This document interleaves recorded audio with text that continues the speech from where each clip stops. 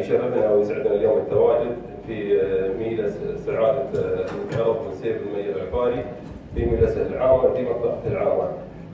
يسعدنا ويشرفنا اليوم ان نغطي محاضرة بعنوان سلامة أطفالنا أمانة. معاكم المتحدث الرائد خالد محمد الكعبي مدير مركز حماية الطفل في وزارة الداخلية، وكذلك طلع معي النقيب عبد الرحمن النعيمي رئيس قسم الوقاية والتوعية والإرشاد. الأسرة تلعب دور أساسي في المجتمع وفي تكوينه، واليوم نواة الأسرة هي الطفل، والطفل هو نواة المجتمع، وسلامته وحمايته يساعد في تنشئته في تنشئة الطيبة والسليمة اللي تبعدها من أي مخاطر، وهم نفس ما نقول نحن شباب المستقبل في هذا الجانب.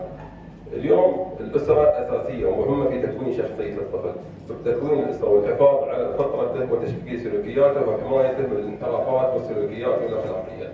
اليوم الطفل قد يتعرض لكثير من المخاطر، ولكن وجود الأسرة الأسرة المتكاملة المترابطة اللي تسعى في الحفاظ على أبنائها زرع القيم راح تكون أساس لتنشئة الطفل على العادات الطيبة وعلى بعده من أي سوء وأي مخاطر.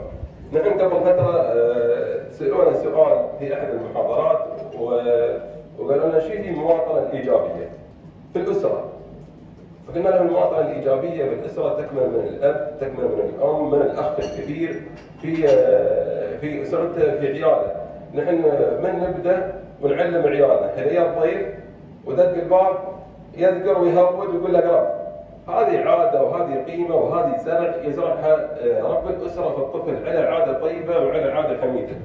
كذلك مسير رب الأسرة باتجاه المسجد، هذا شيء يتعلمها الطفل. اليوم الطفل يتعلم بالتربية، يتعلم كذلك بالمشاهدة والطبع، بالعلوم اللي حوله تدور في الأسرة والمحيط اللي حوله. اليوم الطفل يتشكل ويتأثر بأي شيء محيط فيه في هذا الجانب، فإذا كان المحيط فيه متكامل مثالي راح ينشأ تنشئة طيبة حميدة راح تساعده في أنه يكون بعيد عن المخاطر اللي قد تحوط فيه في هذا الجانب.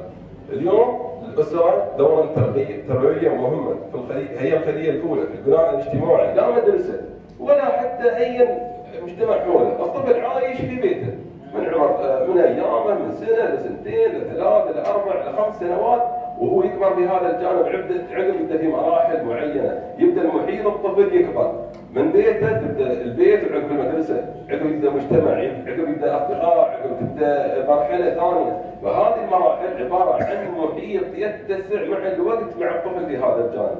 فالمحيط اليوم له عوامل كثيرة، عوامل داخلية وعوامل خارجية. شو هي العوامل الداخلية؟ هي الدين، هي الأخلاق، هي التربية اللي تكمن من داخل الأسرة. أما العوامل الخارجية اللي قد يتأثر فيها الطفل في أي جانب من سلوكياته. اليوم نحن نقول الصديق صاحب ساحب. ليش؟ لأن يمكن أي صاحب سوء له تأثير كبير على هذا الطفل ويحاول يدفعه على جانب من أي جوانب في السلوك الخاطئ. فاليوم أن رب الأسرة واجب عليه يعرف ولده بيرافق منه، ولده بيرافق منه، بيروح ويا منه. ليش؟ لأن الدور ما يكمن فقط من التربية من البيت، لازم تبدأ بالمتابعة، بالتعليم، بالحرص، بالاهتمام. اليوم الطفل يمر في أمور كثيرة ونحن نقول لا تعطي الولد على رغبته ما يبغى.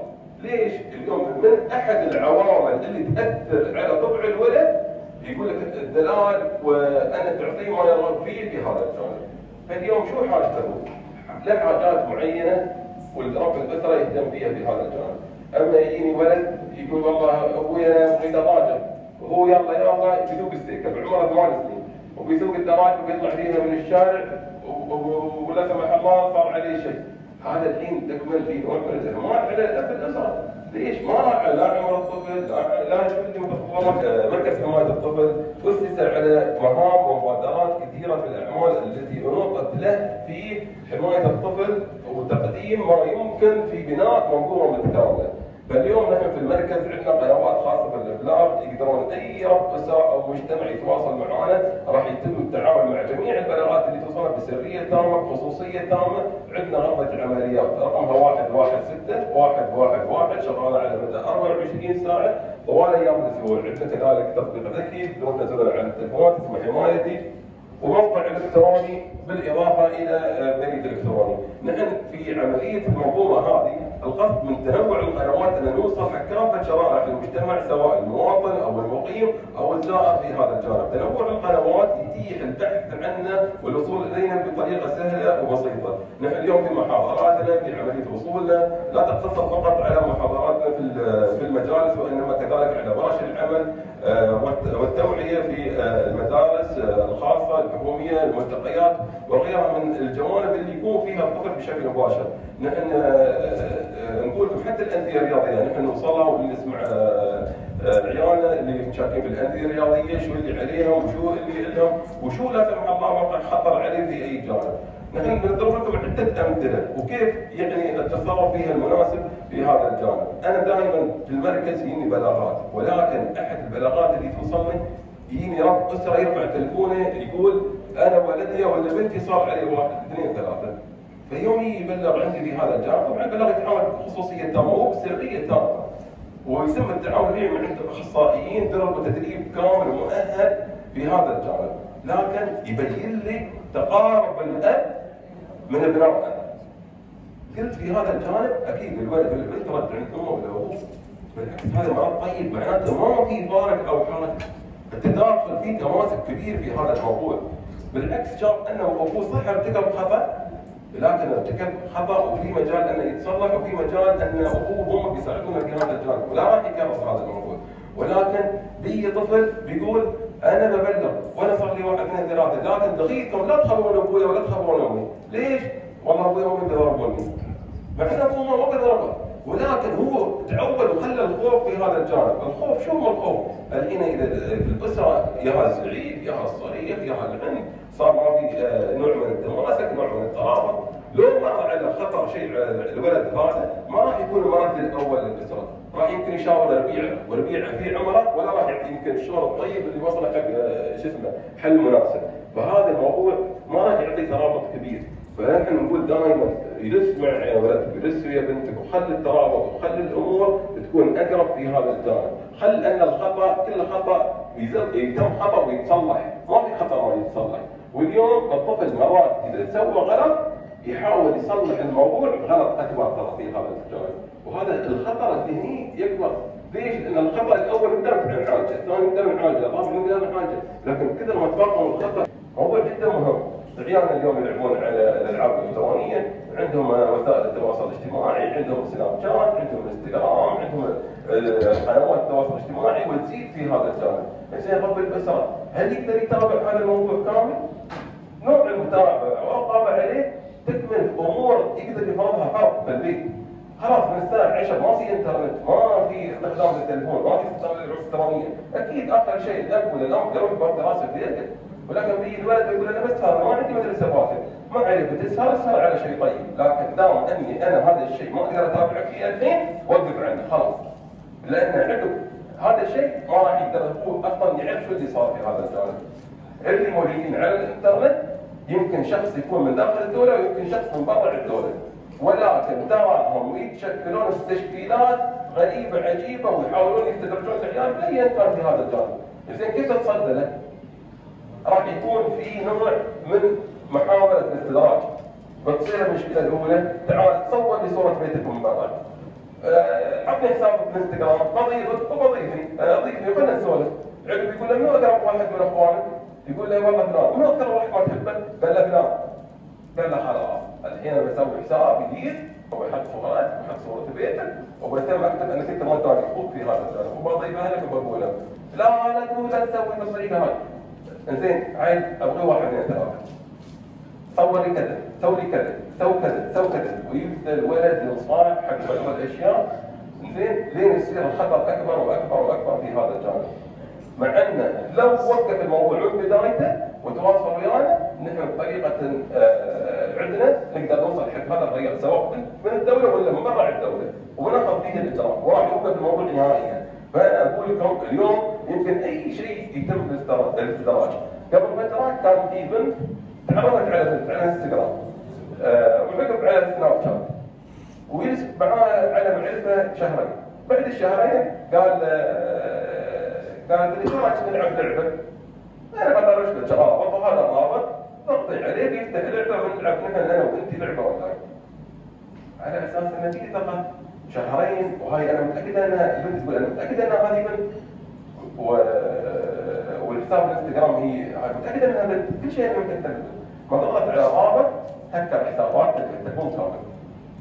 ردها الحسابات عقب قال لها اسمع انا تراني ريال، واذا ما تحولوا لي مبلغ المالي كذا انا راح انشر كل شيء موجود. شهرين البنت ما تعرف، وغلطه بسيطه، لكن الشيء اللي ساعد في هذا الموضوع ان البنت راحت على طول وكلمت ابوها وقالت ترى صار لي 1 2 3. الابو تواصل معنا ونحل الموضوع بإصدار الهم في كم من ساعه اشتغلنا فيها مع هيئه الاتصالات مع مجلس الامن السبراني مع الجهات المختصه، ولكن ما اخذت كم من ساعه الا حلينا الموضوع كامل ووصلنا حق الشخص واخذنا الاجراءات. انا اقول لكم اليوم موضوع المتابعه، موضوع الرقابه، موضوع تعليم عيالكم ان اذا في خطر كيف يتجاوب معاه، كيف يتصرف، موضوع جدا مهم. لا تنصاعون في اي جانب من الجوانب. اليوم ولله الحمد اللي رب اسره عنده سناب شات وعياله عنده سناب شات يروم يضيف عياله كلهم في السناب، يروم يتابع عياله، عنده صلاحيه انه يدخل حساب ولده ويعرف منو ضايف ولده ويتابع كل التفاصيل. هذا موجود. تعليمكم على هذا الجانب نحن شيء بسيط تقدرون تواصلوا معنا، نقدر نرشدكم فيديوهات معينه، نرشد المجالس وتستفيدون من هذا الجانب، حتى الانستغرام. هاي وسائل التواصل اللي موجوده.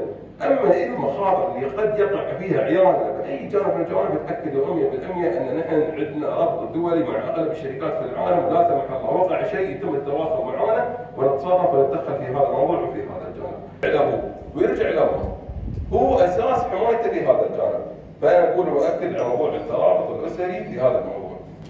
اليوم كذلك وجود قواعد معينه في المنزل تضمن سلامه ابنائنا في هذا الجانب، وكذلك اليوم وجود الاستقرار، وجود كذلك المساواه بين الاخوه، هذا عامل جدا مهم ويساعد كذلك عدم خلق قيم معينه، عدم انعزاله. الولد ترى لو تعطي هذا الولد شيء وهذا الولد ما تعطيه شيء يزعل ويحطه في خاطره وينصد ويتصاب بعيد، ولكن هذا الشيء ما تعرف انت منو يكون هناك الطرف الثاني، من اللي قاعد يحاول يمكن يستدرجه شيء معين يحزنه، شو الشيء اللي بيسويه الولد. فموضوع السفر وموضوع المساواه عامل جدا مهم، لان الطفل تفكيره جدا بسيط ما راح يتوسع في تفكيره في هذا الجانب.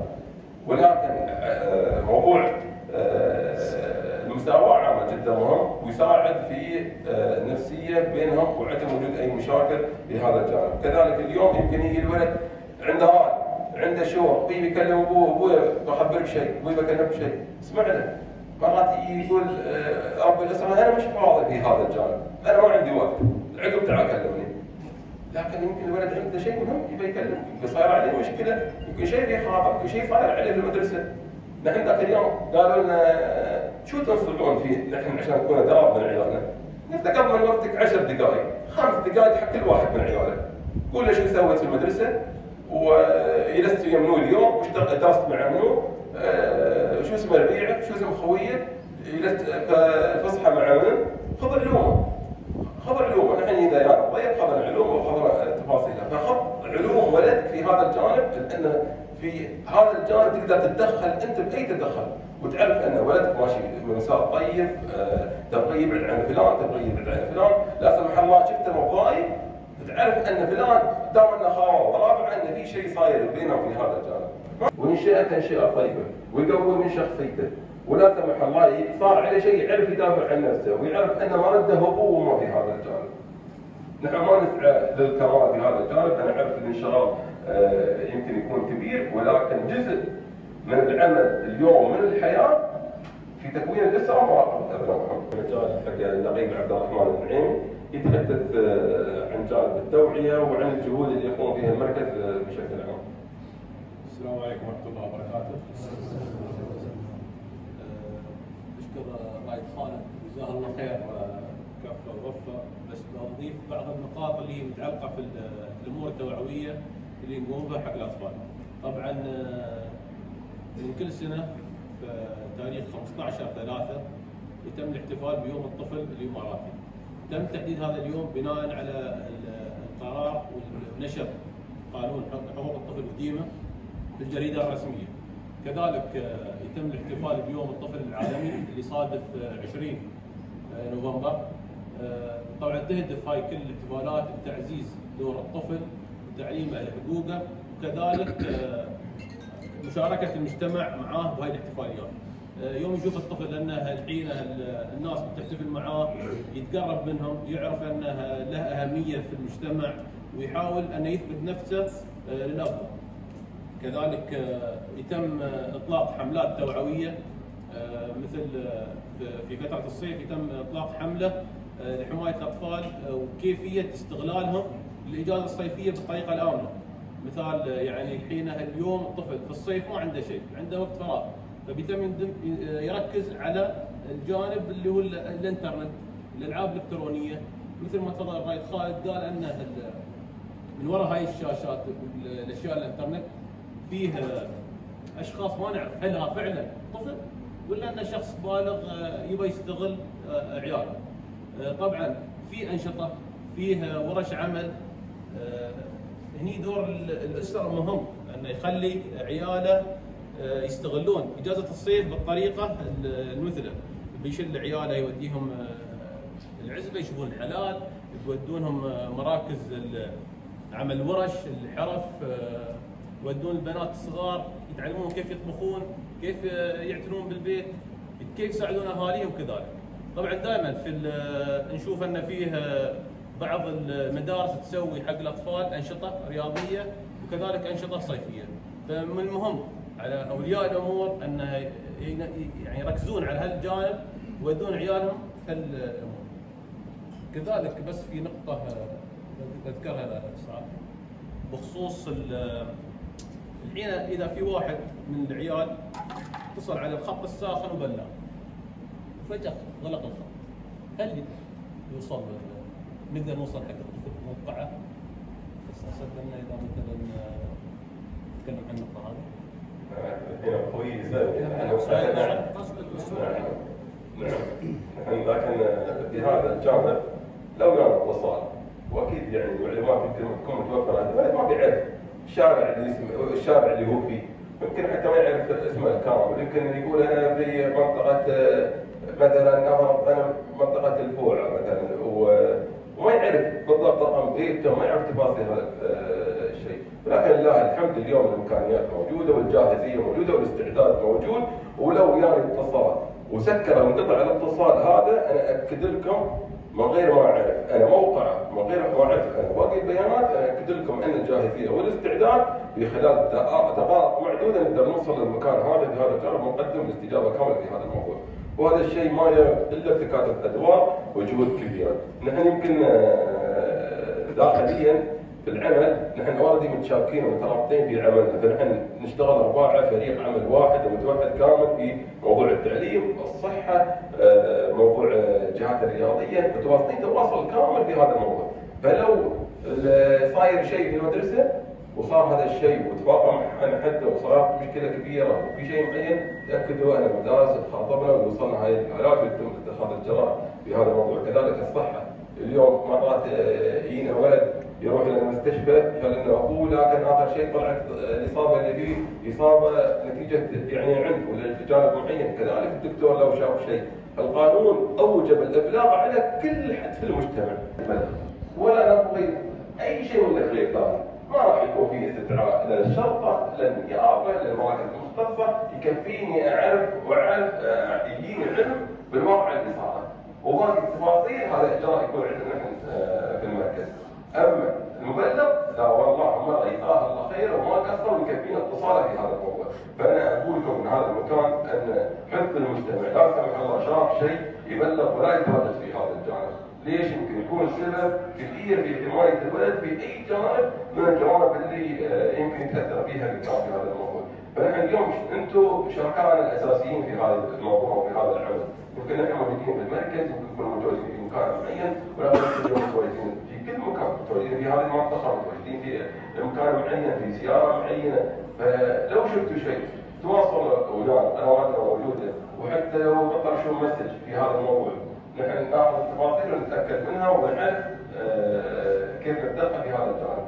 اما الشخص ما في اي اتصال ثاني غير ان نشكره على الجانب اللي قدمه في هذا الموضوع. في هذا الجانب، فنحن تكاتفنا وعملنا ارباع في هذا الجانب، راح نعزز المنظومه وراح نعزز الحمايه وراح نضمن سلامه عيالنا. نحن عندنا هدف كبير ترى في هذا الجانب، ان ما يكون في اي حد ناقص على عيالنا، ماخذين حقوقهم 100% وسلامتهم 100% ولا في اي خطر عليهم. نحن لله الحمد نسبه الامان عندنا نسبه كبيره جدا، اليوم بيوتنا نحن بيبانها مفتوحه ولا واحد يشكي من خطر اي جانب معين، ولدنا يطلع يمشي ويرد الدكان المسيد لاي جانب من هالجوانب ولا احد يحس بخطر على عياله. فنحن هذا الموضوع اللي نبي نعززه ونوصل لمرحله اكبر ان شاء الله قدام بالتكاتف وياكم في محاضراتنا معاكم في هذا الجانب. انا بس قبل ما نوجه الاسئله حق اخواننا، ان شاء الله باذن الله الاسبوع القادم في معرض ايسنار اللي هو معرض الدولي الوطني لدرء المخاطر. فيه تكون هناك ورش محاضرات نقاشيه عن حمايه الطفل في الفضاء السبراني. فندعوكم ان شاء الله تودون معانا تستفيدون من الاشخاص الموجودين اللي بيتكلمون عن هاي المواضيع المهمه للاطفال. طبعا هناك تحديات كبيره موجوده في المجتمع. المجتمعات سابقا كانت مجتمعات مغلقه وكانت التربيه بالاحتكاك سهله، ولكن اليوم نحن في عالم افتراضي كبير مفتوح. هناك تحديات موجوده ما بين الاسره لانها لها دور، ما بين المدرسه، ما بين المجتمع، فالكل يراقب. فاصبح هناك صراع في هذا الطفل، صراع داخلي. انت قاعد تربي تربيه سويه صحيحه، وقاعد ترشد، وقاعد تنبه على بعض الممارسات، في شفافيه بينك وبين طفلك، ولكن يجد في المقابل في المجتمع امور مختلفه اخرى عكسه اللي قاعد انت ترشد عليه. كذلك في المدرسه فيكون هناك صراع داخلي، ما يعرف من الذي على حق. هل الاب على حق لما اليوم ياخذ مثلا يحدد اوقات معينه لاستخدام هذه الاجهزه، في المقابل يحصل ربعه الموبايل مثلا او التواصل الاجتماعي على مدار الساعه، قاعد يعطيهم نظم معينه، في المقابل هناك في ممارسات خاطئه موجوده. فانا اقول هي مسؤوليه البيت وعلى المدرسه. اليوم هي الفطره ان الاب يبقى عياله من خيره الابناء، اي فطره الله فطرنا عليها ويشتغل عليهم سواء بالتوجيه او بالنصح او بالارشاد او بتعليمهم بعض القيم والعادات والتقاليد. وفي المقابل العكس اللي موجود في المجتمع. ولذلك تقع عليكم مسؤوليه كبيره. انا اقول ان الربط ما بين الثلاث هذيلا لابد يكون في تكاتف حتى ما يكون هناك في تناقض موجود. يعني انا مريت على مدارس كنت محاضر فيها، يجون لي طلاب يقول انا امي جزاها الله خير، يعني اذكر موقف ما انساه. كنت في مدرسه احمد الزايد الله يرحمه في زاخر، فيقول لي امي وخذت عني الموبايل الهاتف هذا. فاقول له هل امك على حق؟ قال لي نعم على حق، لان دخلت علي في ليل الساعه 10 حصلت لي العب اونلاين، العب جيمز مع الاطراف في العالم الافتراضي الخارجي. طيب امك اعطتك الثقه وقالت الموبايل عندك، مش انت المفروض تكون جت الثقه هذه؟ ولكن السؤال هل هذا الطفل يعي بهذه الثقه؟ هذا سؤال لكم. انا اقول انا عارف انكم ما مقصرين بامانه، ولكن نحن في تحديات موجوده، التركيبه السكانيه للبلد، اليوم عادات دخيله علينا، ثقافات دخيله علينا. هل هناك ربط ما بين تربيه المجتمع والمدارس والبيوت؟ معلومه من سؤال، انا اشكرك طال عمرك على ما تفضلت فيه، واجابه على سؤالك في هذا الجانب. اليوم الموضوع حمايه الطفل ما يتصل فيها جهه معينه، هو عباره عن ترابط وتكامل. يبدا من الاسره، يبدا من الجهات والمؤسسات في هذا الجانب بطريقه متكامله في هذا الموضوع. نحن لله الحمد داخليا عندنا تواصل وعندنا ربط مع اغلب الجهات اللي موجوده في الدوله. اليوم نحن عندنا كمستوى امارات ابو ظبي عندنا هيئه تم انشائها في سنه 2020 تقريبا، هيئه اسمها هيئه الرعايه الاسريه. اعطيت مهام في موضوع الاسره وحمايته في هذا الجانب. يمكن احد المبادرات الجديده اللي موجوده في اماره ابو ظبي عندنا مثلا بيت الطفل. قبل يوم كان يقع شيء على الطفل يروح لمركز الشرطه، يروح لمركز الدعم الاجتماعي، ولو شيء عليه اصابه عليه شيء معين يتم نقله الى المستشفى وتقرير طبي، وعقب مره ثانيه الى الدعم الاجتماعي، وعقب للنيابه، عقب للمحكمه. هذا الاجراء 1 2 3 4 5، هاي المرحله كامله هي تعرض الطفل في هذا الموضوع لعده انواع من الضغوطات اللي يمكن تاثر عليه اكثر واكثر في هذا الجانب. اليوم لله الحمد اطلاق بيت الطفل عباره عن مركز متكامل فيه الصحه، فيه النيابه، فيه التحقيق، فيه التحريات، وكذلك فيه هيئه الرعايه الاسريه. يروح مكان واحد، ما يروح عده اماكن، يطلع من هذاك المكان وهو مخلص ملفه 100% في هذا الجانب. يروح الى البيت ويطمن ولا راح يتم يعني الا اتخاذ كامل الاجراء. كذلك اليوم الحالات اللي تورد عندنا ما تكون الحاله يعني الا وراها خطه علاجيه كامله. خطه علاجيه من المتابعه، من الزيارات سواء الميدانيه او كذلك المراجعات المركز المختص مع اخصائيين سواء اجتماعي او نفسي غير من هذا الجانب. اليوم موضوع حمايه الطفل وبالفضاء السبراني ومنها على الانترنت في هذا الجانب عامل جدا مهم، ولذلك تم اطلاق استراتيجيه متخصصه في حمايه الطفل على الانترنت. في هذه الاستراتيجيه تم اعتماد فريق وطني، الفريق الوطني يتكون من وزاره الداخليه، مجلس الامن السبراني، الوزارات الاجتماعيه، دوائر الخدمات الالكترونيه في هذا الموضوع. فنحن في فريق عمل يتكون من اكثر عن 30 عضو، ولكن تواصلنا واجتماعاتنا مستمره وبرامجنا في هذا الجانب شبه 100% موحده. اليوم التكاتف موضوع جدا مهم، والتكامل في هذا الموضوع اذا ما حققنا في الشراكه ما راح نقدر نوصل لجانب معين في هذا الجانب. اليوم يمكن اي شيء يوقع على الطفل في هذا الموضوع، لكن الطفل وين مرته؟ يمكن يرتاح يكلم الربيع بمشكلته، يمكن يرتاح يكلم المعلم او المعلمه في المدرسه، او يكلم على الاخصائيه، او يمكن شخص يجي يحاضر او يقدم محاضره مثل ما صار عندك، زين، وبعد المحاضره يقول لك صار لي موقف الفلاني. راحه الطفل ومتى ما يتكلم طبيعه في عمره تختلف من عمر لعمر في هذا الجانب. ليش؟ الولد اللي عمره 6 سنين ولا 10 سنين يمكن ما يتكلم، لكن اللي عمره 13 ولا 14 كل ما زاد في العمر زاد عنده الوعي، يقدر يتكلم، يقدر يدافع عن نفسه، يقدر يشرح الموضوع اللي صاير عليه وقائع. ولكن في حال وجود اي جانب من هذه الجوانب نحن نقول نحن موجودين وقنواتنا موجوده وترابطنا وشراكتنا دائما. وحتى اذا في وجود اي حاله من الحالات وفيها موضوع نوع من الاستشاره الاسريه في هذا الجانب، نحن نطرح هذا الموضوع ومستعدين نقدم الاستشاره المناسبه اللي تضمن يعني اتخاذ الاب اجراء مناسب. مرات يجينا اتصالات يقول انا شديت الجهاز عن ولدي ولا عن بنتي ومش قادر، عنيد ويصيح صايح وغيره من هذا الجانب وهالجانب ومش قادر عليه. مش قادر عليه.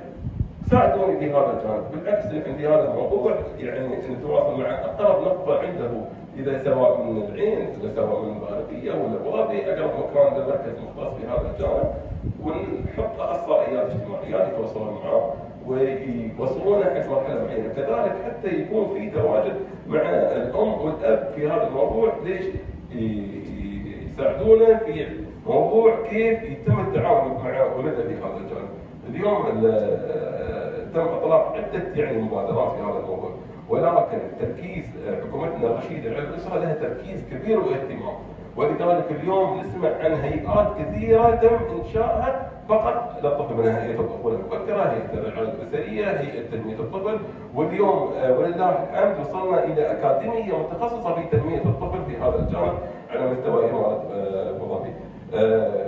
فهذا الجانب وهذا الملف جدا مهم، وتم تاكيد عده يعني نقاط في لقاءات وفي محاضرات وفي قمم عالميه، منها القمه العالميه للحكومات في اماره دبي، وكانت احد الجلسات اللي قدمها سيدي سمو الشيخ سيد بن زايد، واكد من خلالها ان الاسره السويه تتكون من ذكر وانثى، واليوم اسره سويه والطفل سوي. هذا رساله واضحه للمجتمع الداخلي او كذلك المجتمع الخارجي ان اليوم تكوين الاسره في دوله الامارات يعتمد على قيم كثيره، وهذا رساله عن عمل كبير في التصدي لاي افكار غريبه قد تاثر فيها على ابنائنا في هذا الجانب. سلامه الاسره من سلامه الابناء. اذا كانت الاسره سليمه متفاهمه مع بعضها البعض، تتخاطب مع بعضها البعض، في جلسات حواريه مع بعضهم البعض، الابن او البنت يطلعون تنشئه سليمه، تنشئه اسريه، وهذا اللي نحن ننشده الى المواطنه الصالحه. السلام عليكم. باختصار يعني جزاك الله خير، تكلمت عن الجوانب الايجابيه عن الطفل اللي شفنا منه شيء او شفنا بصوره عشان يتصل فيكم الولد او والد الولد، لا في شيء صح؟ يجي الجانب الثاني اللي هو اذا انا في المجتمع شفت واحد مقصر، لا زال ما صارت مشكله، ولكن شايف الاب او الاسره مقصره، عياله بنص الليل في الشوارع، راكب سياره من بيك اب وراء وممنوع طبعا، طالع لهم من درايش، في امور ما صار شيء لكن مستقبلا بيصير شيء.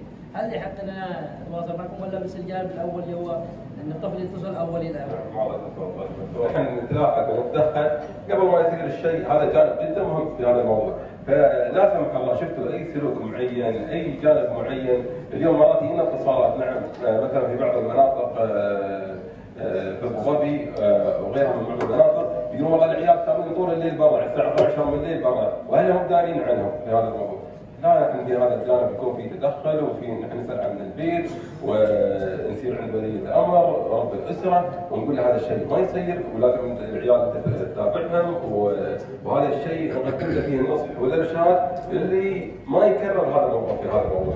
كذلك نضمن ان نحن مع الايام والاشهر اللي عقبها ان هذا الشيء ما يتكرر في هذا الجانب نهائيا. وبالعكس يعني الله يجزيهم خير كل اللي بيتواصل ويانا وبيقول لنا في اي خطر يمكن نقدر نتدخل فيه قبل ما يصير شيء. نحن مرات يقول واحد انا شفت شيء بس مش متاكد، نقول الله يجزيك خير بس يكفي انك تخبرنا، واذا مش ما صار شيء على العيال فنحن هذا الشيء يفرحنا ويسعدنا، واذا في شيء يعني لا سمح الله قدرنا نتدخل ونحمي ولا يتفاقم الشيء باي خطر يعني لاحق في هذا الموضوع.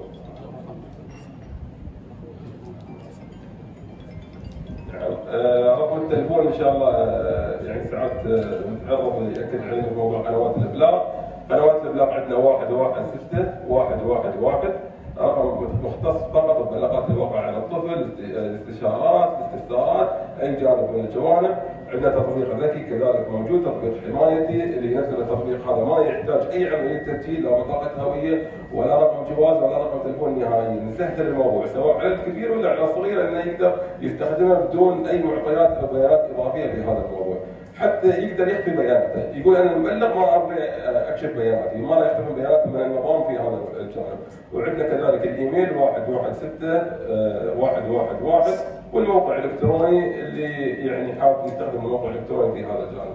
هذه هي القنوات اللي عندنا في المنظومه وشغالين على مدى 24 ساعه فريق عمل يتلقى الاتصالات تغرب تدريب تام على تلقي اي نوع من الاتصالات في هذا الجانب، والغرفه هذه مربوطه بكل غرف العمليات كذلك، الاستجابه فيها 100% وسريعه ويتم تقييم المعلومات اول باول بخطورتها ويتم التدخل العاجل في هذا الجانب.